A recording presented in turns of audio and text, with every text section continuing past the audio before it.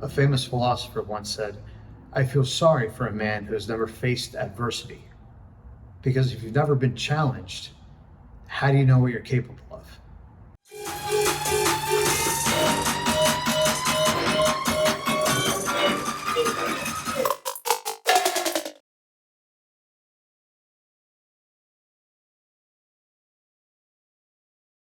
In 1922, a young aspiring writer from Paris, France, was meeting with an editor in Switzerland.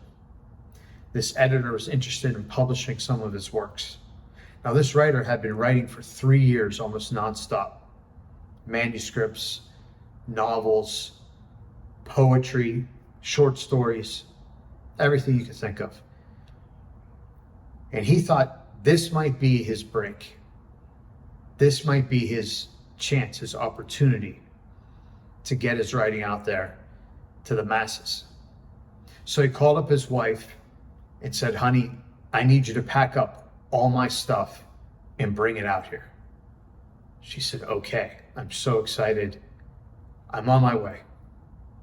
So she packed up all of his writing. She got on a train and headed to Switzerland. Now, at a layover in Lyon, France, the bag of his writing went missing. She didn't know if it was stolen or she misplaced it and couldn't find it, but it was gone. She called him up in tears. She said, "I'm so sorry. I don't know what to do. It's all gone. Everything you've been writing for 3 years, it's gone."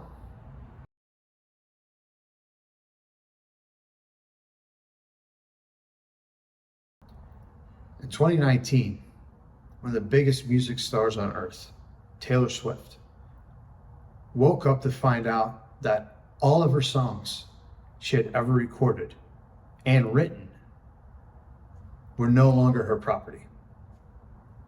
Her record label sold her masters, her published works, which became her songs, to a New York Wall Street hedge fund.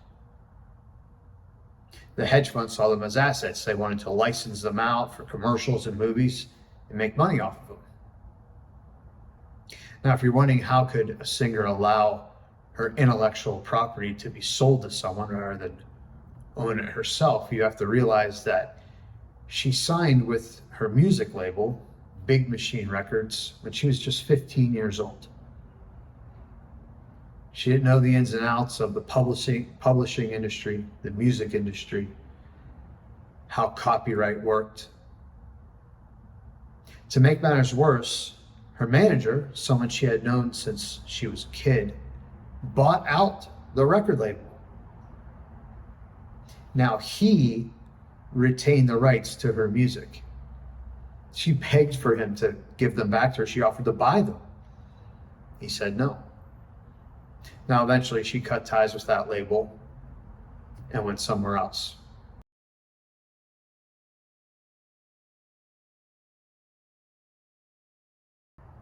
That writer, who was crushed by the fact that all of his works had been lost, he could have cowered away in a corner. He could have complained. He could have been angry at the world.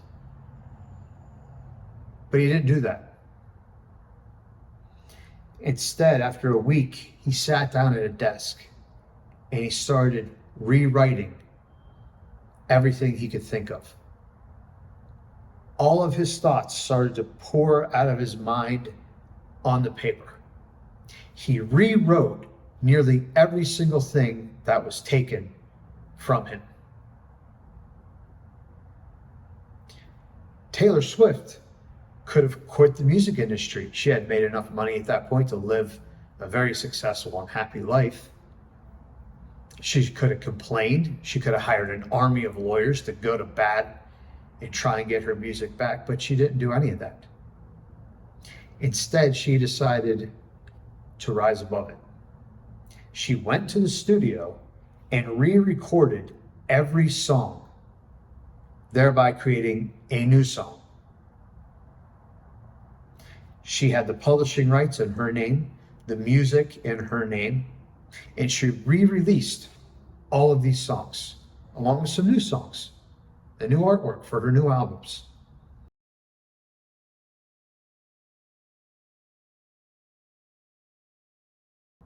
The writer would say that this horrible event ended up being one of the best things that's ever happened to him.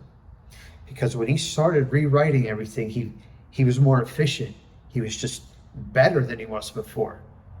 He thinks it made him become a better writer. And he will go on to become one of the greatest writers of our time. That man was Ernest Hemingway. Taylor Swift said that she learned from the experience, that she learned how to protect the most important part of an artist, which is her intellectual property. How to make sure no matter where you're at, where your stuff ends up on what platform, you must always retain the rights to it, or someone will take it right away from you. In Tibetan philosophy, they say that if you take 100 people and put them at the base of a mountain, 99 people will walk the road that goes around the mountain. It's natural for humans to want to do that which is easiest. But they say one person, 1 out of 100, won't take that road. That one person will walk up the mountain. Not because it's hard, because they don't see it as an obstacle. They see it as a challenge. They want to take that challenge. They want to overcome that challenge. They know that there's nothing like the view from the top. They're not afraid of adversity. They welcome it. They believe it makes them better, stronger, tougher, able to handle the next challenge that's going to come up in their lives. We can learn from Hemingway and Swift. These two people didn't take the easiest road. They took the more difficult one. Adversity, a problem, a challenge was put right in their way. But they didn't choose to cry about it. They didn't choose to complain. They didn't choose to quit. They chose to overcome it. They chose to see the adversity as a challenge. And it made them both stronger, tougher, probably smarter. Hemingway said it made him a better writer. Taylor said the whole experience just made her a more intelligent woman and better able to look after herself in the future for whatever challenges are going to meet her. So, what kind of person are you? We're all going to have mountains in our lives. There will always be challenges sitting right in front of us. Are you going to walk around it? It's the easiest way. Or are you going to look up that mountain and see it as a challenge and conquer that challenge? Are you going to achieve what those 99 people chose not to see? Are you going to look at the adversity as a way to better yourself? This is the basic tenet of the philosophy of Stoicism, something I followed since I was a kid, homeless on the street, and read about it in the New York Public Library. It teaches you self-reliance. You cannot control things that are going to affect your life, but you can control your response to them.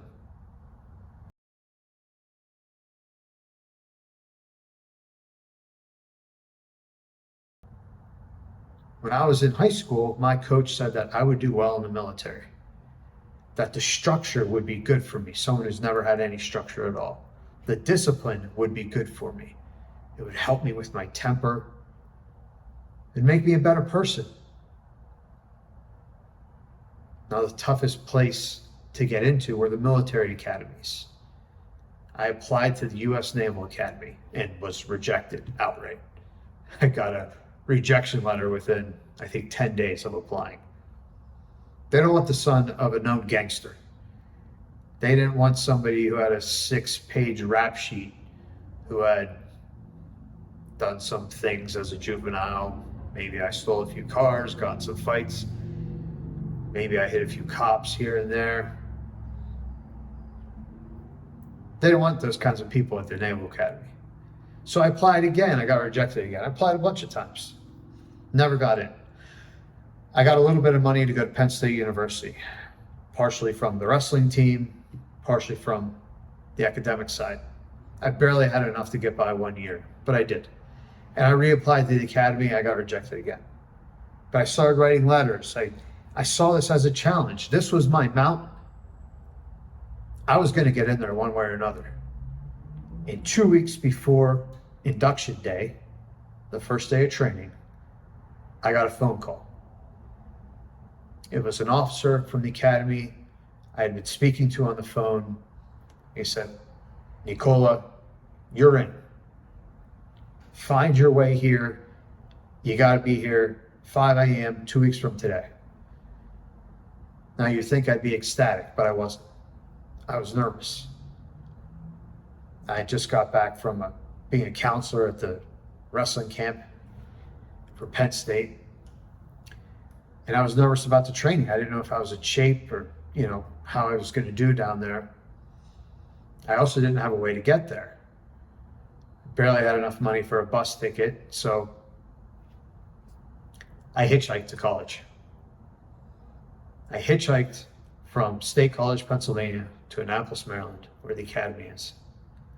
But I was there. I showed up. I got in. The training was not difficult for me. I did exceptionally well. And eventually, after a tough first year, I graduated, became an officer in the military. That was the formidable challenge that I faced, about the same age that Swift and Hemingway faced their great challenges. Now, I am not Ernest Hemingway, and I am not Taylor Swift. But we all have those challenges in our lives. You have one, maybe two. Everybody has something like that, some big mountain that's put in their face. Every time I got rejected, I felt like I needed to do more, and I was going to do more. I didn't like the feeling of someone telling me that I couldn't do something. That bothered me. To this day, it bothers me. I don't believe there's anything I can't do. So I looked up that mountain and I said, I want to go up that mountain. I don't want to walk around it. I want to go up it. And I did, and I had success, and I'm proud of that. But what kind of person are you? What kind of person do you want to be? Because it's never too late to make a change.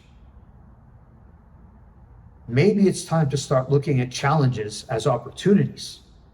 Opportunities to become better, stronger, tougher, smarter. Because adversity is coming for all of us. Are you ready for it?